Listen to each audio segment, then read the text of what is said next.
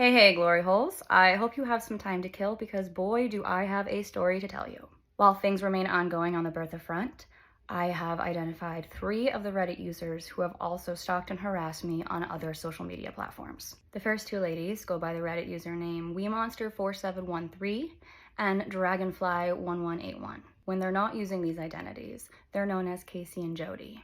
Casey is from San Diego, California, and Jody happens to be from my hometown, Warren, Ohio. I can't find any connections to Casey, so I don't think she knows anybody involved with me. However, Jody attended the same high school as my mom and several family members. They both claim to have been fans of mine at one time, but after looking into me and reading a bunch of false allegations online, they decided that I was the problematic one, which is perfectly acceptable. However, instead of unfollowing me or blocking me, I know I wouldn't want to watch content that I didn't like. They've decided to stalk, harass, and defame me online. Now, both of them are actively involved in multiple other influencer snark pages. Casey actually despises Elise Myers. If that's not a red flag, I don't know what is. Both of them falsely allege that my daughter had to transfer schools because she was bullied for my content. I never actually shared why she was bullied because that's her story to tell, not mine. But it had nothing to do with me.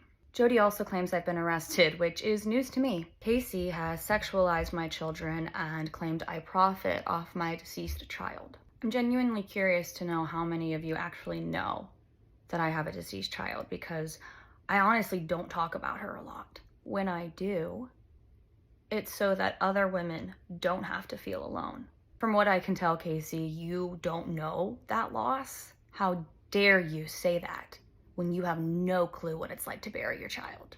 Casey claims I'm a terrible mother for sharing my children online, yet she has public photos of her son floating by his neck in the bathtub on her account. Allow me to read my favorite comment made by Casey on Reddit. In order to sue us, she would have to know who we are. Ha ha. Or is she just gonna sue all of Reddit? The worst thing both Casey and Jody have done are falsely reported my videos, meaning they took income away from my family. These people have trolled my social media accounts so badly that it has affected my livelihood. Yet they make fun of me for having an OnlyFans account. I get made fun of for doing what I have to for my family right now by the people who forced me into it. Overall, I don't think Casey or Jody are related to anyone involved in this situation. They just have such poor self-esteem that the only way to make themselves feel better is by tearing other women down. This brings us to the identity of the 3rd Reddit user.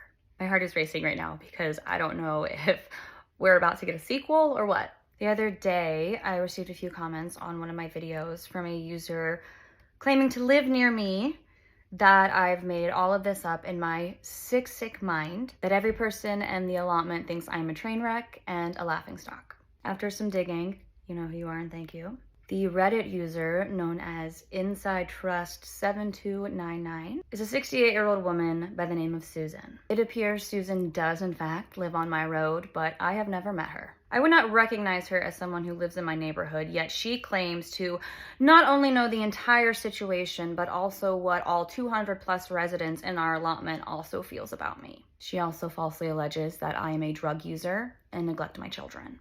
The way our allotment is designed, Susan has to drive past our home in order to enter or exit it. Apparently, Susan doesn't find my husband Kyle appealing, so she makes fun of me for being so obsessed with him and thinking he's hot.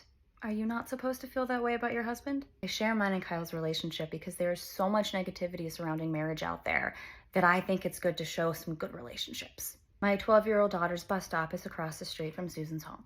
Yesterday, as my daughter was walking home, she called me because she saw Susan outside. Yes, I informed my daughter about this woman and her home because why the hell wouldn't I? She called me and said she saw Susan outside in her flower bed and asked me what she should do. I told her to tell her hi, and she did. With me still on the phone, she yelled, "Hi, Susan," and I heard Susan yell hi back. This is my children's home and community, and you will not make them afraid to live in it. I truly don't know if she's related to anyone involved. I don't understand how a 68-year-old woman becomes obsessed with the random 33-year-old stay-at-home mom down the street who she's never had any contact with. And she inserts herself into a situation that has nothing to do with her. Who's really sick in the head here?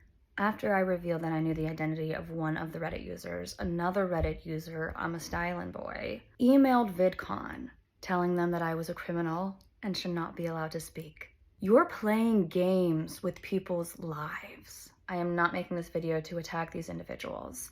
Finding out their real identities and getting a glimpse into their apparent sad lives is all the revenge I need. I am making this to show that internet bullies are just miserable people that have no control over your life. It doesn't feel good when someone talks negatively about you on the internet, does it?